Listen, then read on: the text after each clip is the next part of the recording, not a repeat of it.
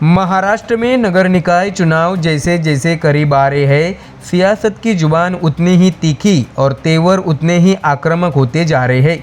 यह चुनाव अब सिर्फ पार्षद और मेयर चुनने की प्रक्रिया नहीं रह गई है, बल्कि यह सत्ता, साख और भविष्य की राजनीति का सेमीफाइनल बन चुका है। हर दल मैदान में है, हर नेता पूरी ताकत के साथ हमला बोल रहा है और हर मंच अब राजनीतिक आरोपों का अखाड़ा बन गया है। इसी गर्म माहौल में नांदेड़ से एआईएमआईएम प्रमुख असदुद्दीन ओवैसी का बयान महाराष्ट्र की राजनीति में भूचाल ले आया है। उप मुख्यमंत्री और एनसीपी प्रमुख अजित पवार पर सीधा हमला करते हुए ओवैसी ने रिश्तों से लेकर सत्ता तक का सवाल खड़ा कर दिया है। वही भ्रष्टाचार और सिस्टम पर की गई उनकी टिप्पणी ने सियासी बहस को और भड़का दिया। तो वही दूसरी तरफ सत्ता पक्ष भी पूरी तरह आक्रामक मोड में है।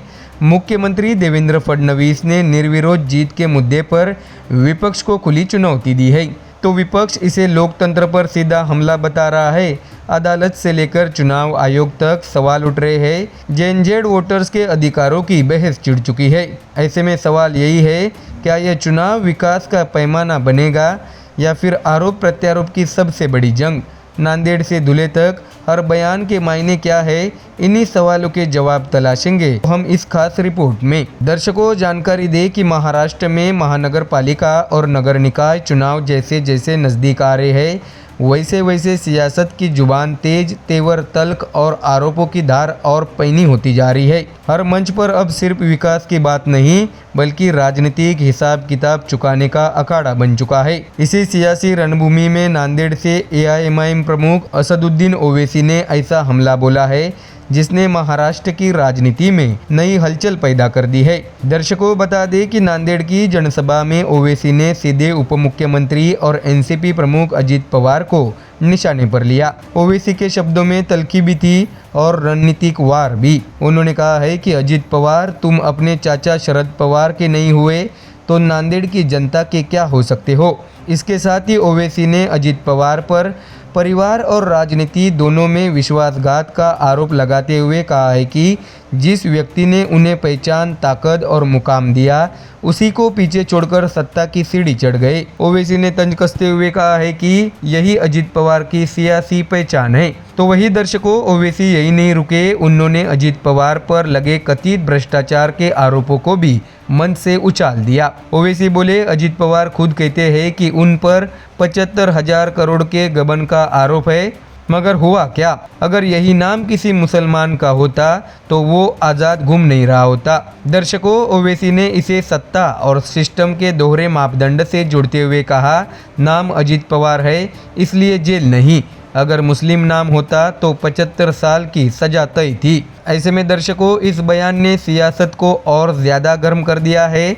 बता दें कि नांदेड़ की इसी सभा में ओवैसी ने पूर्व मुख्यमंत्री अशोक चव्हाण को भी नहीं बख्शा। उन्होंने कहा है कि अशोक चव्हाण आज भी सत्ता के गलियारों में खुद को जरूरी साबित नहीं कर पाए। ओवैसी का तंज था, आप मुख्यमंत्री रहे, मोदी जी के लिए इतना कुछ किया, लेकिन आपको एक मंत्री पद तक नहीं मिला। तो वही दर्शकों, ओवैसी ने आदर्श घोटाले का जिक्र करते हुए याद दिलाया कि कैसे एक समय सत्ता के शिखर पर बैठा नेता आज राजनीतिक हाशिए पर खड़ा दिखाई देता है। इसके साथ ही ओवैसी ने नांदेड़ की जनता को आगाह करते हुए कहा है कि यह दो नावों में पैर रखने की राजनीति अब महंगी पड़ेगी।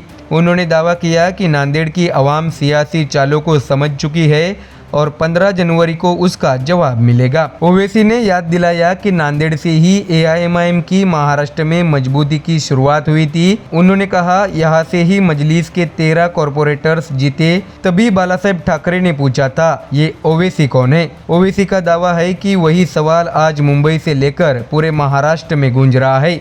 तो वही दर्शकों, दूसरी तरफ सत्ता पक्ष भी पीछे हटने के मूड में नहीं है। मुख्यमंत्री देवेंद्र फडणवीस ने उत्तर महाराष्ट्र के धुले में विपक्ष पर करारा हमला बोल दिया।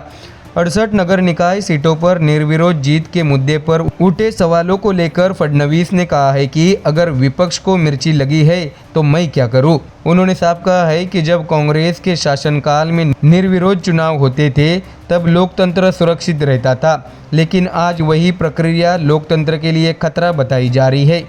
दर्शकों, बता दें कि धुले में बीजेपी पार्षदों की निर्विरोध जीत पर फडणवीस ने जनता का आभार जताया और कहा है कि यह समर्थन सरकार की नीतियों पर जनता की मुहर है। मुख्यमंत्री ने यह भी याद दिलाया कि 2003 में नगर निगम बनने के बाद लंबे समय तक धुले में विकास नहीं हुआ और बीजेपी के सत्ता में आने के बाद ही बुनियादी बदलाव देखने को मिले। हालांकि दर्शकों, निर्विरोध जीत का मुद्दा अब सियासत से लेकर अदालत तक पहुंच चुका है। बॉम्बे हाईकोर्ट में मनसे नेता ने 68 सीटों पर परिणाम घोषित करने पर रोक और कथित दबाव में हुए नामांकन वापसी की जांच की मांग की है। वहीं उद्धव ठाकरे ने चुनाव आयोग से इन परिणामों को रद्द करने की अपील करते हुए कहा है कि इससे जेएनजेड और पहली बार वोट करने वाले युवाओं का अधिकार छीना गया है। ऐसे में दर्शकों, कांग्रेस और विपक्ष इसे लोकतंत्र पर हमला बता रहा है, जबकि सत्ता पक्ष इसे जनसमर्थन का प्रमाण कह रहा है।